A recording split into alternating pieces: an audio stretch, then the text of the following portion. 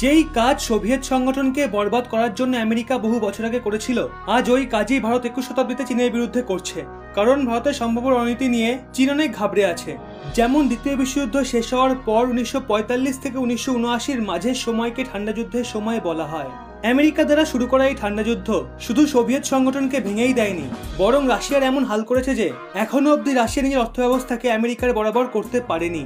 যতই রাশিয়া হাতিয়ারের মামলায় super power হয়ে যাক, কিন্তু রাশিয়ার অর্থব্যবস্থা আমেরিকার সামনে কোনো দিক দিয়েই টেকে না। আর কোথাও না কোথাও এরকম স্ট্র্যাটেজি চীনের বিরুদ্ধেও শুরু হয়ে গেছে। দ্বিতীয় বিশ্বযুদ্ধের পর যে ঠান্ডা যুদ্ধের সূচনা আমেরিকা করেছিল, আজ কোথাও না কোথাও চীনের আগ্রাসী মনোভাবের বিরুদ্ধে ওরকমই ঠান্ডা যুদ্ধের সূচনা ভারতও করে ফেলেছে। আর মজাদার ব্যাপার হলো, সোভিয়েত সংগঠনের বিরুদ্ধে আমেরিকা দুনিয়ার অনেক দেশে সাপোর্ট পেয়েছিল, আর আজ চীনের বিরুদ্ধে ভারত ও ইউরোপ আমেরিকার পূর্ণ সমর্থন পেয়েছে। যত ইউনাইটেড নেশনে শি জিনপিং বয়ান দিক যে চীন কোনো দেশের সাথে ঠান্ডা যুদ্ধে নামতে চায় না, কিন্তু ভারত কোনো না কোনোভাবে চীনের বিরুদ্ধে ঠান্ডা যুদ্ধ শুরু করেই দিয়েছে।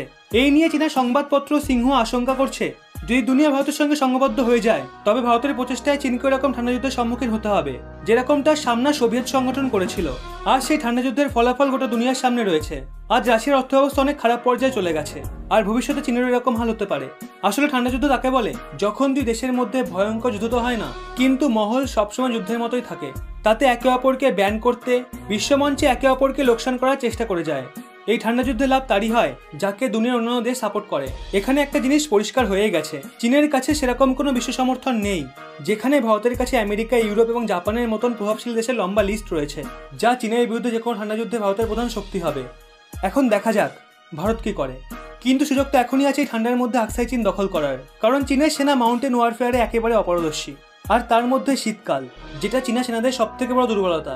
এই ব্যাপারে আপনাদের কি মতামত অবশ্যই কমেন্টে জানান। সুদীপ্ত ভট্টাচার্য এবং টিঙ্কু দাস সহ অনেকে এই পরিবারের এমন কিছু সদস্য যারা বেশ সুন্দর সুন্দর কমেন্ট করেন, চাইলে আপনিও করতে পারেন। বেছে বেছে সেরা কমেন্টগুলো তুলে ধরব আপনাদের সামনে।